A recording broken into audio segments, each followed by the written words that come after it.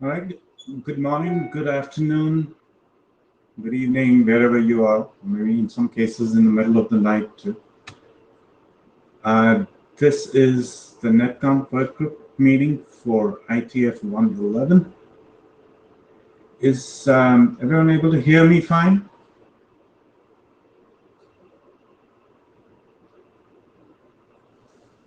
Yes, just slightly quiet, but otherwise. Okay. All right. I'll try to speak up a little bit.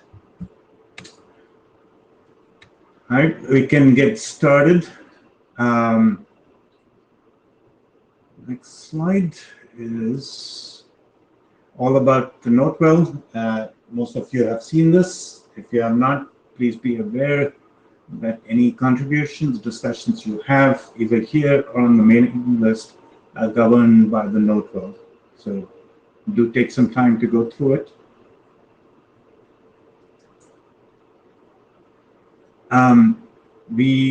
You're here in the Meet Echo session, I guess, so you know how to get here. We do have a chat window up on the top, so we will be monitoring our comments. If we miss anything, do prompt us. The hum window is also next to, well, it used to be next to the chat window. I guess it's not there anymore. There is a notepad, which is, I think, the fourth button from the left on the top. We will be using that to take notes for the meeting. So any volunteers who do want to scribe for the meeting are welcome. The better notes we will have at the end of the meeting. So we highly encourage people to make some notes there. We have a rather tight 1 hour slot for the Netconf meeting this time. So we're going to try to stick to the time that's allocated. There will be a countdown timer that you see in green that's running at the bottom for every presenter. And we'll try to stick to that timer. If the timer is off, we would hate to cut you off, but if need be, we might just do that.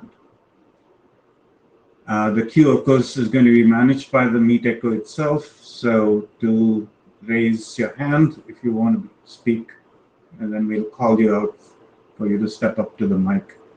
Do remember to unmute yourself when speaking, and similarly, to mute yourself after you're done. We talked about CodeMD and the mint takers. If you want, you can even make it a separate tab/window if you want to monitor the discussion there, the notes there while you are watching the slides. Right. The status. So the Yang push notification capabilities draft is in 80 hands currently, and it's out of the work group. So thank you, authors. We just hope to see it through. Kent will. Okay, I'm going to pause for a minute. I think we have Rob. Go ahead, Rob. I was just going to say for that one, I'm fairly sure that one is effectively done. It's just waiting on resolution of the instance data document in Netmod. So once that last issue is resolved, both of those go at the same time. Okay. All right. Kent will present on the next slide his status on the client-server suite of drafts. For the HTTPS notif draft, we do have one issue before we can call it end on the work group last call, the details of which will be discussed in this meeting.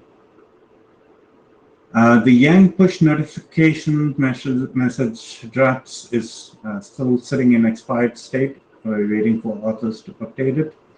And I think they're probably waiting for HTTPS notif draft to be done, or maybe. And now would be a good time to kind of push the button on that. We ran out of time for the UDP notif and the distributed notif draft, but Pierre, if you're here and you would like to give us a quick update, please go ahead. Yes, sure. So you hear me? Yeah. Yeah. Okay. Cool. So we submitted the 03 version 2 weeks ago. So what we did on this update was to add the private encoding option that we discussed last IETF to allow for a more verbose encoding description than what can be done with the ET field. So this was following a feedback that we got on the 02 version. We added a security section to basically say that this solution is not secure and that secured solution should be defined elsewhere than in this draft. This is not the plan for this draft to support secured option. What we planned for the -04 is to add the IANA section, but there were discussion on that topic, so I will wait for them to be resolved to start introducing the call to create the IANA pools. And what we also plan to do is to add some update the Yang model to add some configuration, notably for the segmentation, behavior configuration, and maximum segment sizes. And I think that once this will be done after this fourth revision, I think this would be ready for last call. We also submitted a draft that we will present at next IETF with a DTLS version of the protocol, basically to complement the suite with a secured option for those who would be needed. All right. All right. Okay. Thanks for the update. All right, let me just quickly finish the slides and then if there are any questions. So the SZTP CSR draft is also in ADQ. I don't know if there's any questions we can ask. But before that, let me hand over the mic to Kent. Yeah, hi. This is Kent as a contributor and speaking for the client server suite of drafts. First off, can you hear me okay? Yes. Okay, good. So as everyone should know, the last call is completed for the first 3 drafts, and currently, technically, we're still in the last calls for the middle 4, TCP, SSH, TLS, and HTTP. Really, currently, we're only blocking on the TLS as we're continuing to resolve the TLS 1.3 support for pre-shared keys and raw public keys. And then it is the chairs have expressed a desire to initiate the last call for the last 2 drafts immediately after IETF 111 has completed. So expect that call for review to occur, I guess, next week. Regarding the SCTP CSR draft that is in the ADQ, this is on the right-hand side of the slide. The AD review part of it's completed, but there's been requests for updated language in some of the description statements. Also, there was a request to factor out some nodes to be used by other bootstrapping protocols. And some of that is that it might get factored into the IETF crypto types draft, which is one of the first ones that we talked about earlier. Of course, any updates to crypto types will be sent to the working group list for review. That's all. Thank you. All right. Thanks, Kent. So on the charter, on the agenda, what we have is within chartered items, we have the HTTPS NORAD draft. And on the non-chartered items, we have 3 presentations that we'll go through. Any questions? Hash, not a question, but a comment. It's I think we were looking at these 3 non-chartered items that are on the screen currently, and notice that they all have in similar. I think they're all augmenting the system capabilities. Actually, I think it's maybe an RFC. It's already past last call. And so I guess we're interested in ensuring that the working group is aware of that. And there seems to be a lot of activity going on with regards to augmenting the system capabilities structure, data tree. Okay. All right. I guess with that, we can move to the next deck.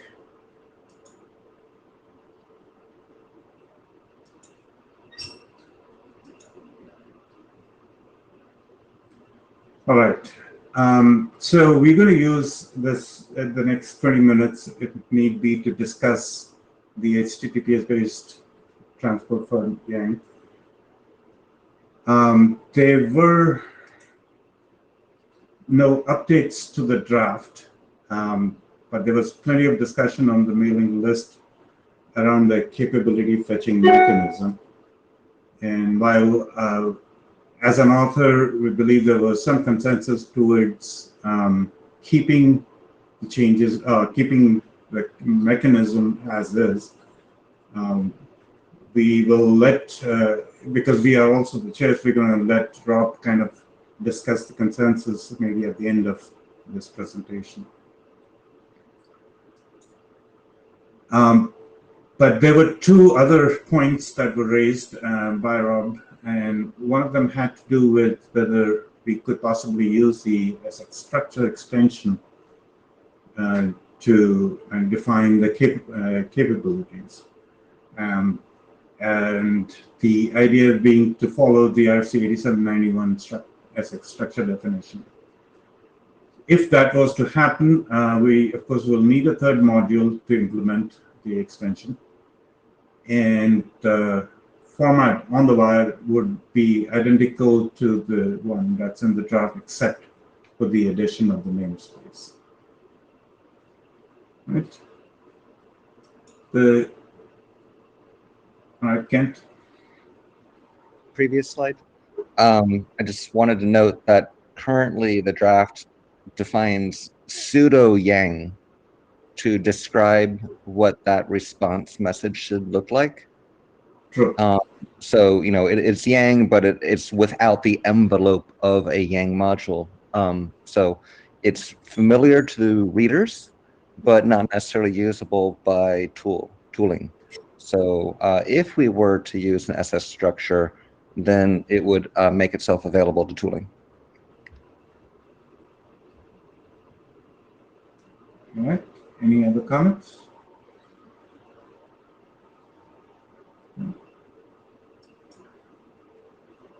Right. The second comment that was provided by Rob again was the idea of using Yang identities versus what is currently defined as URIs for the capabilities in the draft. So assuming that we go with the first change, which is the SX structure change that was identified in the last slide. Again, a new module would have to be created. Probably might belong to an IANA maintained module, which would define a new base identity, which is called transport capabilities. And deriving from that base identity would be 4 new sub-identities that have already been identified in the draft. They are the XML, JSON, RFC 8639 enabled, and the fourth, which one I've added, a binary. I think that's also fairly common and is been identified as a capability by the UDP noted draft. I also noticed that some of the other drafts, whether it's the telemetry data, I think, which also tries to define some identities. So I think it probably would benefit to have a common module with these transport capabilities. It does preserve the ability for the modules to, of course, still extend and define their own custom capabilities. And finally, of course, it eliminates the need for maintaining an IANA registry. So I'm going to pause there to see if there are any comments, questions about the suggested changes. Go ahead, Ron. So the suggestion you're here is fine. No issues with that. The one I was actually trying to present was slightly different. I sent a mail on Tuesday, but it may, yesterday, may not have seen it yet. What I was actually suggesting was to do something like the way the AFI and SAFI registries are handled for the PGP routing types, and those address families are in registries, but there's an automatic procedure to generate a Yang model by ANA to contain those definitions effectively as enums in that case rather than identities. And we also have a similar case with the IF types, which I think might be defined almost in a MIB, or maybe there's a registry for them as well. Again, you get a Yang module automatically created by IANA and updated whenever those change. So that is another alternative, is you can have an IANA registry defining the values that generates a Yang module. So you still have the generated values available in Yang. That's helpful. And I'm not saying that that's a better choice. That requires some work for IANA. I don't think it's necessarily a problem for them to do that. But it is an alternative choice. I'm not sure necessarily giving you more choices here is helpful, but just to mention it. Right. Okay. So I guess the advantage would be that it's INA controlled and managed, and it still gives us the ability to, as I said, to create a Yang definition.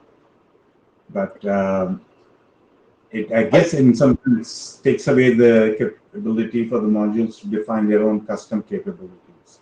Yes, it does. I think the advantage of it is it puts those identities or those values in one place. So you can go and look in the registry and see them. And as you say, the disadvantage is you can't have third-party modules adding their own identities. And again, it depends on what the rules are for updating that registry as to whether that still requires RFCs. If it does, then the method you've got here on the screen seems to be as useful, probably. Whereas if it doesn't require RFCs, then it's probably slightly easier for people maybe to add their own ones, but still see them. So Okay. I'm not necessarily recommending one approach over the other. I'm just saying that the options exist. I see.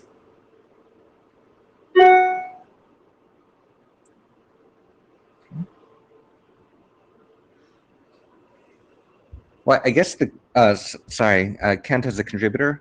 So Rob, first off, I have in the SSH and TLS client server drafts, it's doing exactly like you discussed. There's an actual IANA registry, and it's deriving Yang modules, IANA maintained Yang modules. So familiar with that strategy.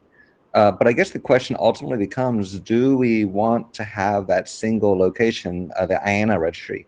Or is it equally suitable to just have Yang modules defining the identities? I mean, yes, there could be private identities in use in certain deployments. Is that okay?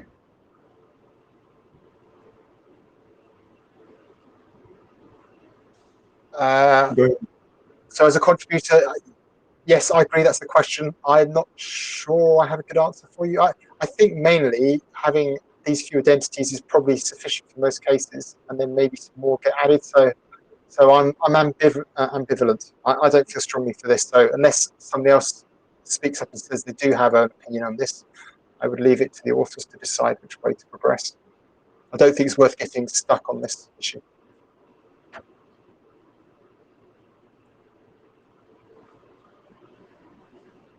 Okay.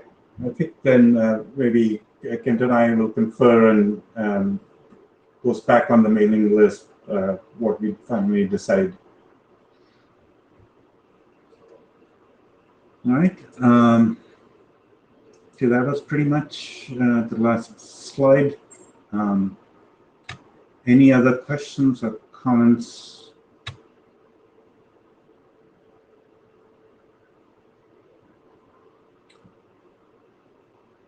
Go ahead, Rob.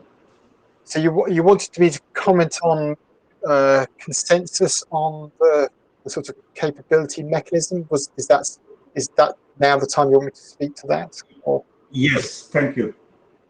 So I think based on the comments I sent to the email alias, it looks to me like now the consensus has converged on the fact that keeping the capability mechanism tied to this particular draft seems like a reasonable way forward at this time.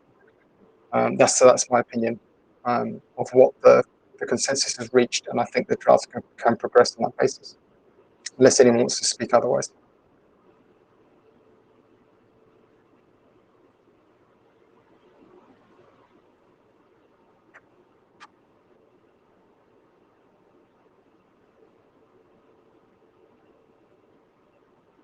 So I think we can proceed on that basis.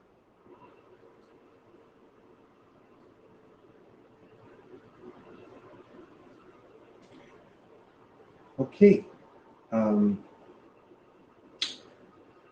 there were no comments. I guess we will go with the consensus.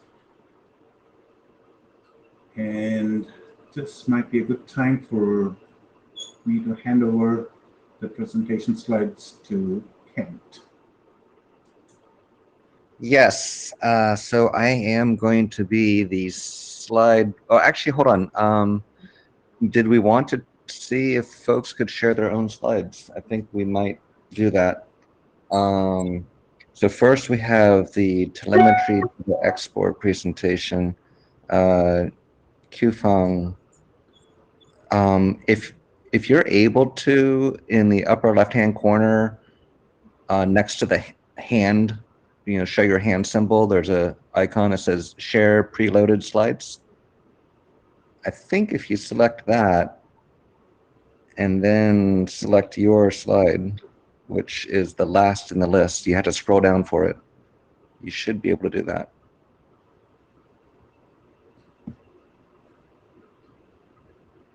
Is Qfeng?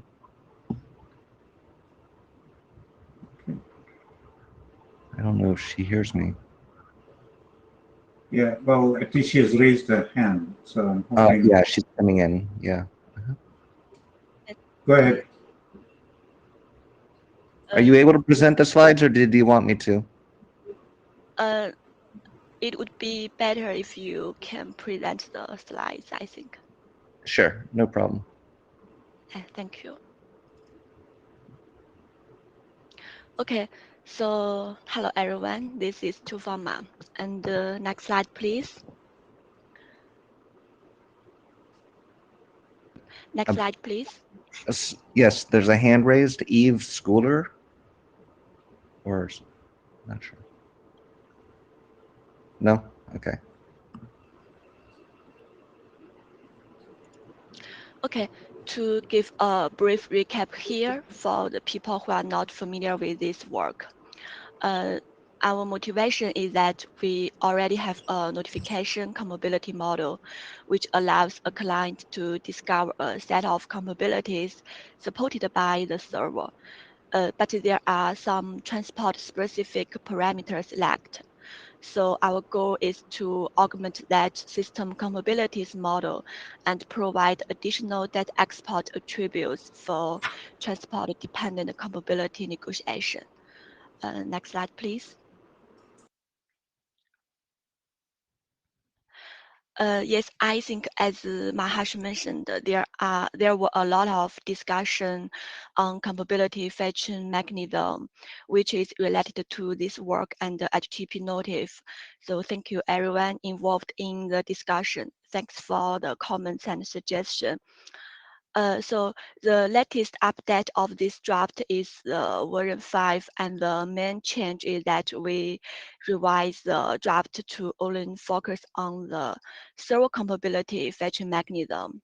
The other changes are young model related. For example, we move the message bundling support to system compatibilities level and change the encoding format and other poor node compatibility related parameter type.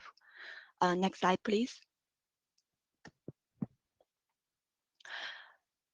Yes, about the compatibility fetching mechanism discussion on the list, we know that HTTP notif defines that a publisher can issue a HTTP request to learn the compatibilities of the receiver, which is a lightweight mechanism to get the response through a young modeled format.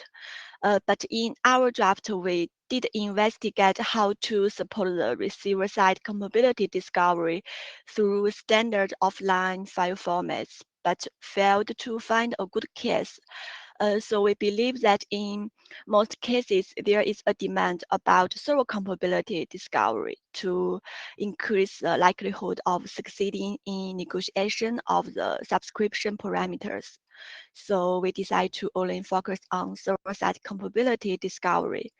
And by introducing a common data model for various transport-specific notice and extending a number of rich compatibilities, we can help the client to understand the full transport compatibilities of the servers so that they can choose what they want and increase the likelihood of a successful subscription. Yes, next slide, please. So here gives a runtime usage example to discover the server transport compatibilities through the Netconf RPC operation. And from this response, we can easily see all the transport protocols and the related parameters, like encoding format supported by the server, so that a client can choose from. For example, this server support both HTTP notif and UDP notif. For HTTP notif, it supports the JSON encoding, and for UDP notif, it supports binary encoding. And we also give a YARN model change overview at the bottom of the slide. Firstly, we can see that all the parameters are optional. And for a specific transport protocol, it could support multiple encoding formats and compression modes, since we change the type from leaf to leaf list. And also there are some per node compatibility parameters. We change the type to empty so that if the node doesn't support the compatibilities, they just convert to the client by the absence of these parameters, which saves the unnecessary overhead. Next slide, please. So I think the agreement we have reached on the list is that we both should focus on the common data model for the data export capabilities instead of common protocols. So we would like to define a common mechanism for server capabilities advertisement and leave the protocol extension to each export specific notif draft. So if the working group believes that it would be necessary for a server to make all the capabilities to be discoverable and we are moving towards a right direction, we would like to know whether this draft could be adopted. Yeah, that is all my presentation. Thank you.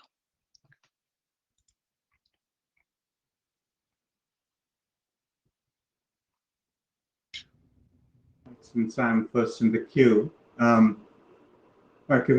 thank you for the presentation. The use of the term, again, server and client, can be confusing.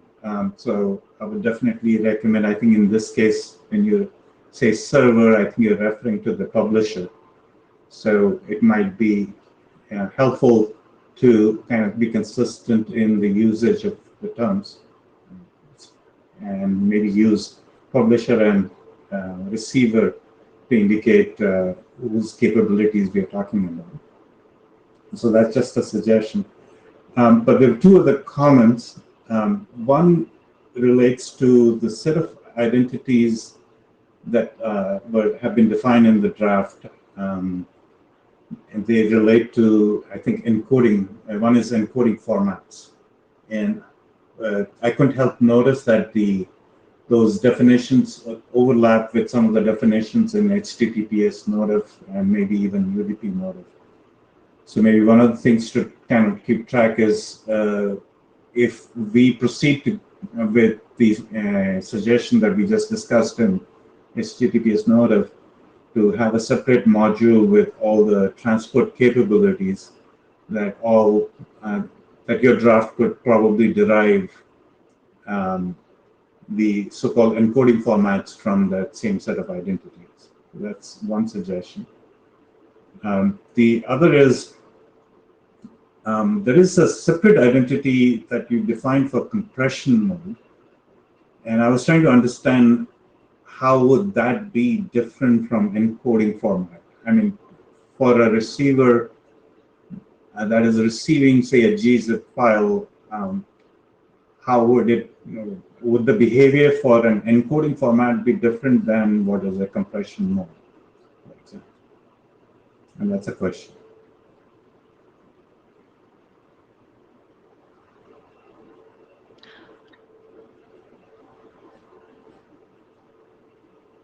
So do you mean that for the specific notif, the encoding format of, I mean, for example, the encoding format of HTTP notif should be the same with the encoding format in the UDP notif?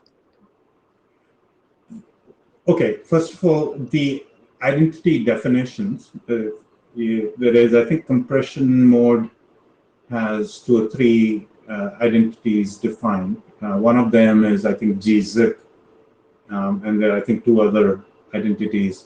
And I was trying to understand from a capability mechanism, how would gzip be different as a behavior or treatment than encoding format? I mean, if you were to receive a notification in a gzip format, you would still treat it much like how a gzip file needs to be treated, right? So in that sense, it's a transport capability, or is it an encoding format, or do you want to truly distinguish it from and make it a compression mode, a separate identity?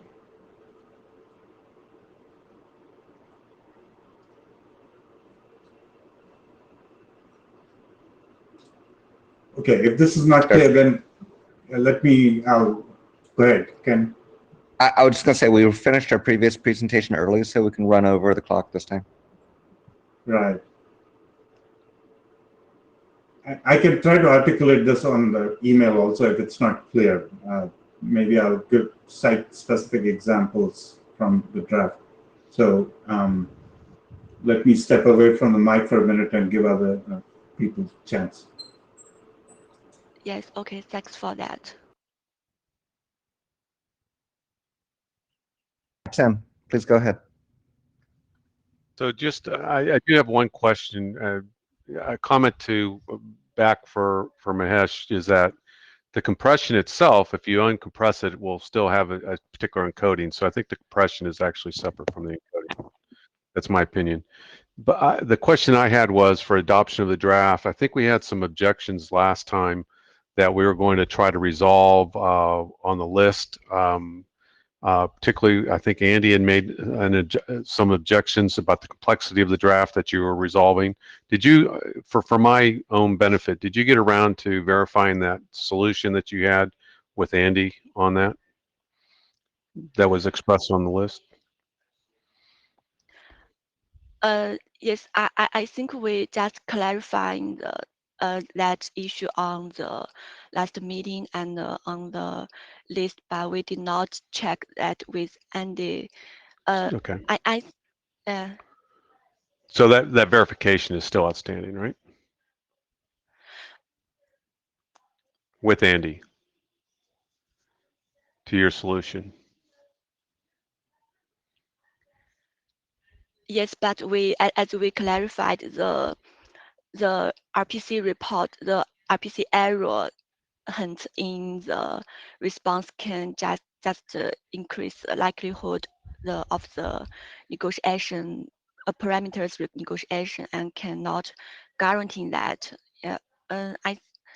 Maybe I think we will check that with Andy to see whether he has. All right. That was the one outstanding issue that I had for adoption, that I just wanted to make sure that Andy's concerns were addressed. So. Okay, sure. Yeah, thank you, Tim. Mahesh, you want to say something? Yeah, I was going to thank Tim, for that clarification. I think answers my question as far as why you might need a compression mode. So that still leaves one other question that I noticed is there's another identity which I want to call is with the base of subscription mode. And I think it has three identities: on change, event, and periodic. And I was trying to understand how was the event identity different from the other two identities.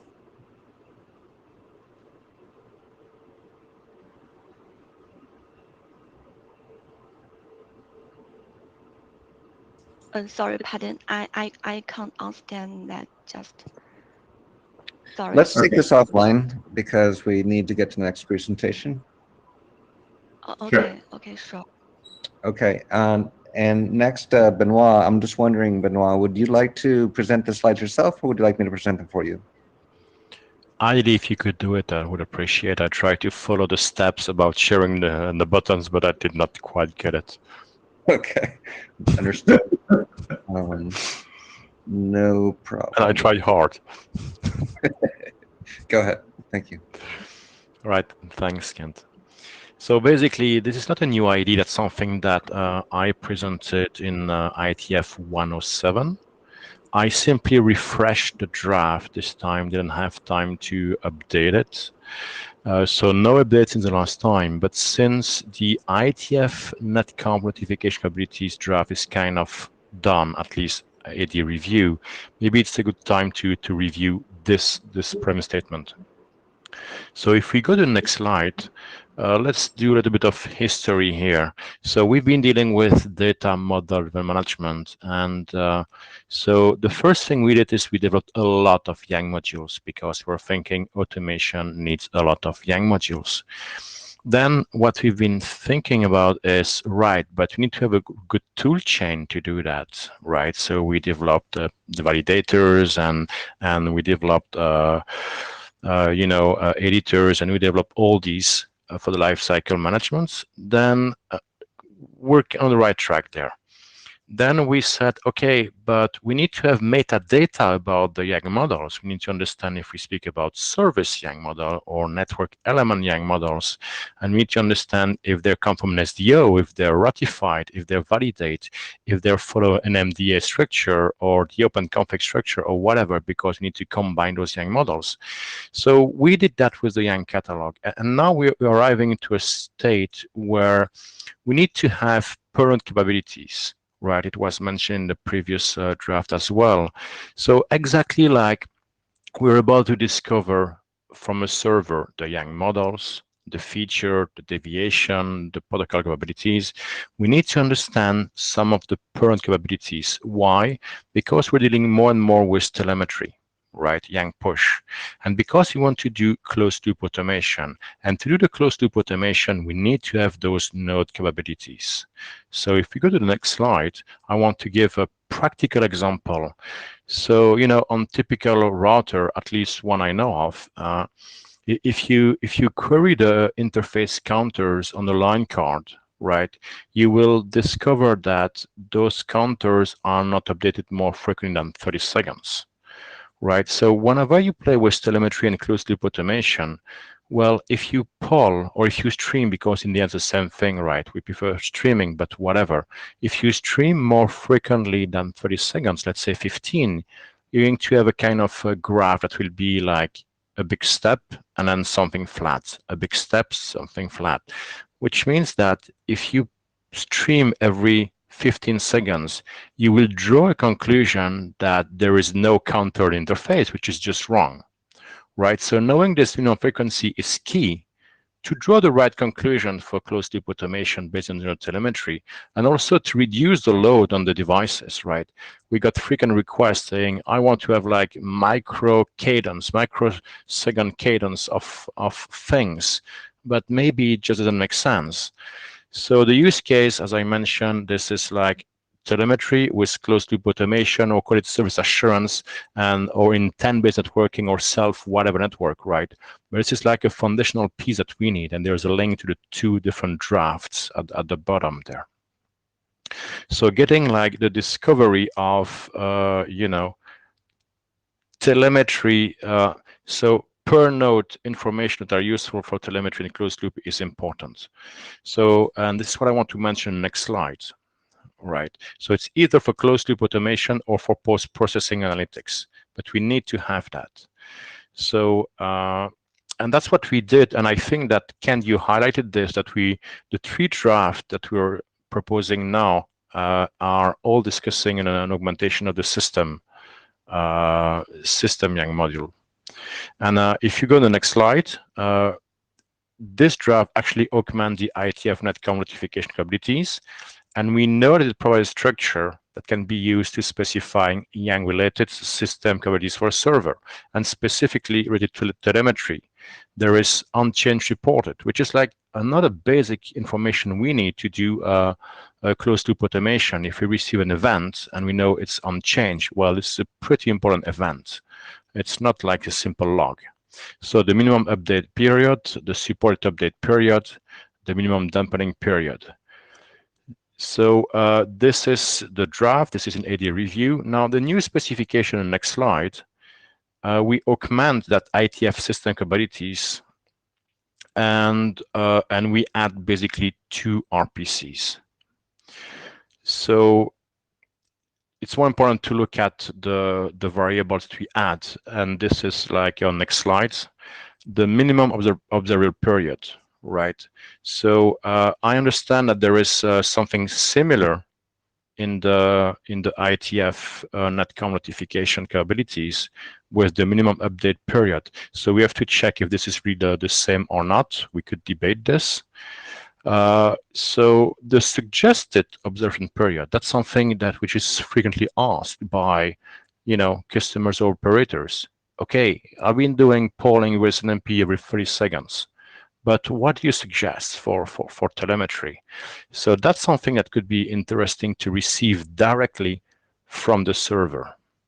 The optimized measurement point, well, depending on how your server is built, sometime whenever you want to receive a single counter, it might be just more efficient that you receive the entire set of counters for, let's say, that interface, because it's kind of structure, right? So if the speed of streaming that counter is important, we might have a suggestion to say, well, just take the container above for all the interfaces, all the counters for interfaces, as opposed to a single counter. So this is this optimized measurement point. Now, the corresponding MIP OID, well, again, this is important that, if you've been doing polling with SNMP for years, as most people have been doing, right? And then you say, well, can I just move to this telemetry and data model management? This might be important to know the corresponding information if the server or the router knows it. And the same thing for the rated nodes, right? So typically OpenConfig or IETF, there are rated nodes. So it might be interesting to send that information directly from the router, or at least to be able to discover it. On the next slides, there are 2 RPCs, because if you're building a closed-loop automation system, well, you want to get for specific nodes all the measurements data, so the set of all the different objects or Yang leaves that I've been showing. And on the next slides, the open issues, well, I mentioned already like the difference between the minimum update period and the minimum observable period, which is one in this draft, the latter, and the one in the IETF Netconf capabilities, the IETF Netconf notification capabilities, sorry.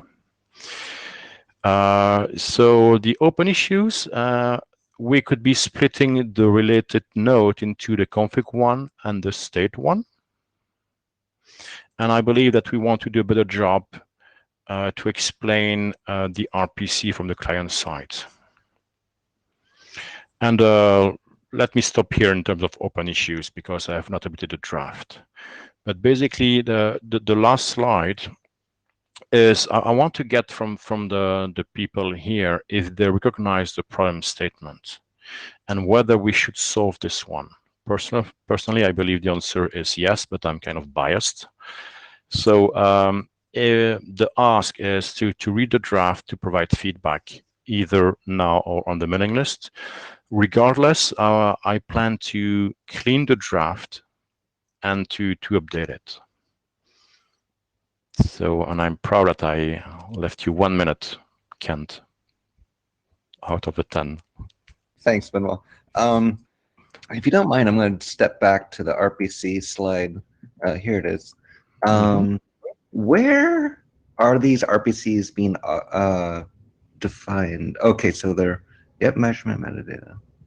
All right, I tell you, I'll take it offline. I thought for a second there was something different to talk about. Okay, so I think to your question, going back to in the chair slides, my intro, I mentioned that there seems to be a lot of interest in this area with regards to augmenting the system capabilities draft for telemetry related information. All three of these presentations that we're having right now are related to telemetry. So I think in general, there appears to be a lot of interest in this area. I therefore, as a contributor, I think we support this, right? We want to, where their interest is, that's where we want to put our attention. I think I would like to understand better how these drafts all relate to each other, and if there's an opportunity, does it make sense at all to combine them, or is it making more sense that each of them are actually defining their own silo of focus? And therefore, it makes sense that they're actually independent. I just don't know. I don't have that visibility at this moment. So one quick remark on this one, if you don't mind. So whenever I saw discussion about the discovery capabilities, I was quite happy because, as I said, we've got the capability discovery for Yang module, feature, deviation. Now we need to move this to the next step, which is everything about telemetry, the encoding, the transport. And I was hoping that you would get like a proper mechanism to just discover everything that a server or router could do. And yes, I agree with you that maybe it might be worth to think about that holistically, if that's possible. And not only about the encoding and the transport, but there is more thing that we need if you want to do a real intent-based networking solution in the future. All right, fantastic. And now we're going to move on to our last presentation. Thank you, Benoit. And Ping, did you want me to present your slides, or would you like to present them? I can try by myself. Sure, go ahead. Okay.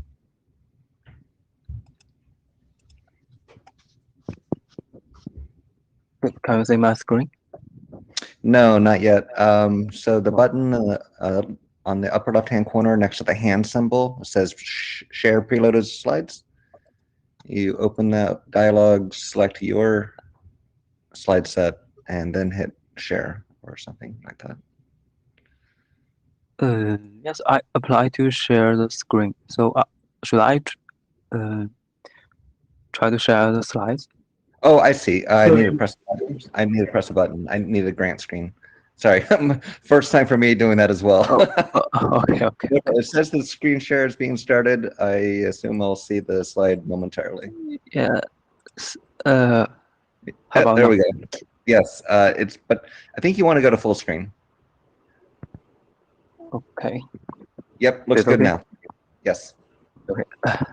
Hello, this is Pony from China Mobile, and I'd like to introduce the draft of adaptive subscription to Yang notification. And let's have a recap first. The Yang push subscriptions allows client applications to subscribe to continuous data store updates without needing to pull. And two subscription modes are supported. One is periodical subscription, and another is unchanged subscription. And for the unchanged subscription, it is triggered by subscribed data value change or data store change type.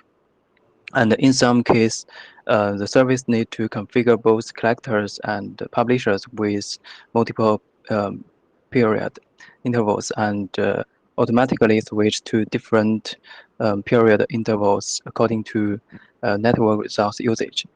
And for example, there are massive data need to be collected and processed, and the cost of data management will also be expensive. Besides those, since high-frequency data collection leads to more resource consumption, while low-frequency data collection leads to no enough data for fault localization. So the unchanged subscription is needed, and we propose the adaptive subscription mode. It allows the server or publisher support multiple fixed update intervals and switch among them based on network conditions change. In the mode, the external XPath expression can be used as part of subscription policy to describe the condition, and can also track the monitored data object change, such as Wi-Fi signal strength change. And the interval can be changed and sent as a notification to the subscriber. So during each fixed update interval, the subscribed data is sent in the same way as periodical subscription. So this draft was presented several times, and here are the changes from the last IETF meeting, which is from version 4 to version 6. And first is to remove the modify subscription RPC usage, so that we can add no change to modify subscription. And the case of support client initiated update interval change, but can not provide promote response to the network change. And the second is to replace the example of Wi-Fi MAC module definition in the appendix with example of Wi-Fi network diagnostic, which use Wi-Fi statistic specified in the chip specification. And the reference to chip specification for Wi-Fi example module was also be added. Then we also update the example to align with the Wi-Fi example module change. So here is the example of the RPC describing the basic ideas of the of this draft. When the adaptive subscription policy is installed, and when the value of RSI is lower than minus 65 dBm, switch update interval to 5 seconds. And when it is larger than minus 65 dBm, switch update interval to 50 seconds.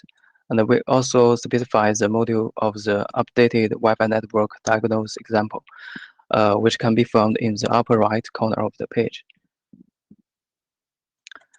So next step, since we have presented this draft several times and have received support and comments on the last IETF meeting, and also in the mailing list, especially with Michael, and many thanks to him. We think it is ready for adoption. So can we request it as working group document? And thanks, and any comments?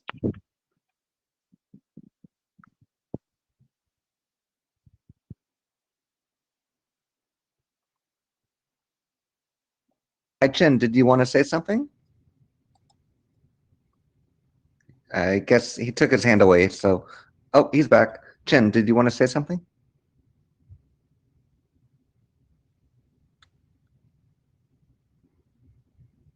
I can't hear you, Chin. Can you hear me? Now I can, yes. Oh, sorry, I misclicked the button. Sorry. Did you want to say something? Oh no, sorry, I misclicked the button. Yeah, sorry. Okay, Mahesh, did you want to say something? I did want to say something. Okay, please go ahead. So, Ping, again, thank you for the presentation. So if I understand, and maybe if you could just go to, I think it was slide number 1 where you were doing a recap. Okay. The first slide, meaning not the introduction. Slide. Okay. Yeah, This one. okay. Right. So you mentioned the fact that there are 2 subscription modes that you support, both a periodic and a on-chain subscription. So I imagine that this adaptive method that you're suggesting is, of course, applicable to both the periodic subscription and the on-chain subscription. Is that true? Yes, it can support both of them. Right. So help me understand, what does it mean to have adaptive subscription for an on-chain notification? Because I would imagine that an on-chain notification should be ideally delivered as soon as possible. Right? That's the whole idea of, I guess, as having an on-chain notification, is because you want to know about the change. So I'm a little confused as to what does it mean to have an adaptive subscription method for what is really a real-time event. Okay. Yes. Well, what we want to do is that we just according to the network status and okay. Okay, Mahesh, can you hear me? Yeah. So let me clarify a little bit. Actually, we just built on top of Yangpuxi. Yangpuxi provided 2 existing mode, periodic and on-changing mode. So we introduced another mode. Actually, it is a third mode. But we don't change actually the existing Yangpuxi subscription mode. So then help me. So are you saying that the adaptive subscription model is not applicable to the periodic? I'm a little confused. We just extend Yangpuxi model. You can support some adaptive subscription policy. When you get this policy installed on the server can automatically switch the interval. So you can switch the updated interval. This updated interval relate to the periodic subscription.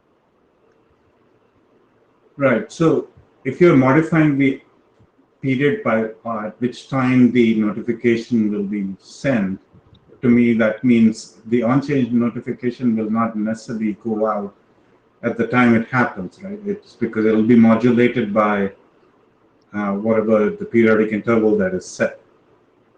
That's what I understood. Maybe I understood it wrong. That's what I'm trying to understand. Yeah, maybe. Yeah, adaptive subscription mode may be a little bit similar to the on-change subscription, but not based on the data change. They based on some event or some condition can be satisfied. You may keep track of some monitor data object. It meet some of conditions. So we give the Wi-Fi monitoring example. For example, Wi-Fi signal strength may be greater than maybe some of the threshold. You can switch the updating interval. So this is the key difference from the unchanged subscription. Okay.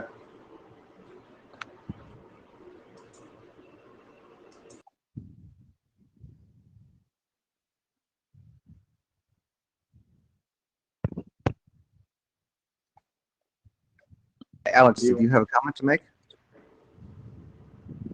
Yeah, I just wanted to comment on the earlier question. So I think basically what you presumably mean is basically to adopt the dampening period. Is it? Is this the suggestion? Because I think that is something that you could say is adaptive. I mean, I agree with the statements that were made that this is real time and so forth. Why would you change the period or so? It doesn't make sense from that perspective. But the dampening period, which says basically how often you wait and how long you wait until you would report on the next change, that is something that you could potentially adapt. Okay. So, Shin, that's presumably what you meant, is it? Yeah, yes, you're right. Yes. Yeah. Thanks. Comment from Rob? Yes, and this is just as an individual contributor. I still find the solution here, I think the problem's interesting. I still find the solution to be fairly complex, and my concern is effectively the use of an ex parte evaluation to decide on whether the subscription changes. I think I've made this comment before.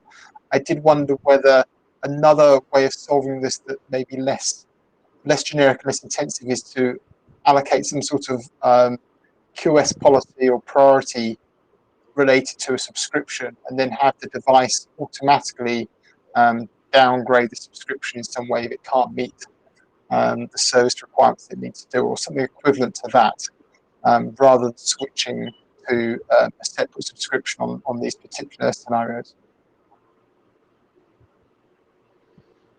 Yeah, Robert. Yeah, I know what you propose. Actually, if we go with your proposal, actually, maybe reuse some of QS related attribute. Actually, I think you cannot have a rapid response to the network resource changes. So you cannot solve the issue we raised here.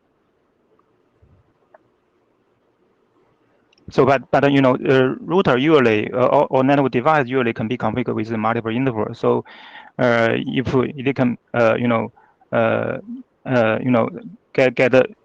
support some of the policy, we call the adaptive subscription policy. So it's not expensive, to switch interval, and also you can to greater reduce the data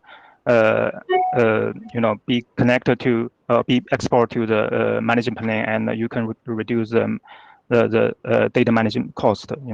So this is a benefit.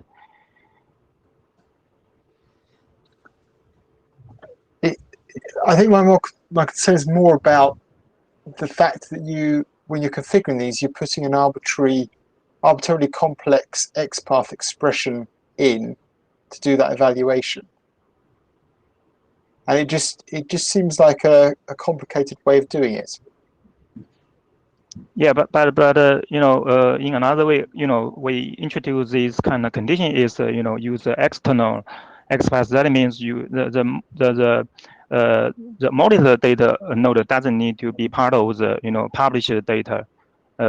So it can reduce the cost. Also, for this kind of condition, we focus on try to reuse the existing XPath.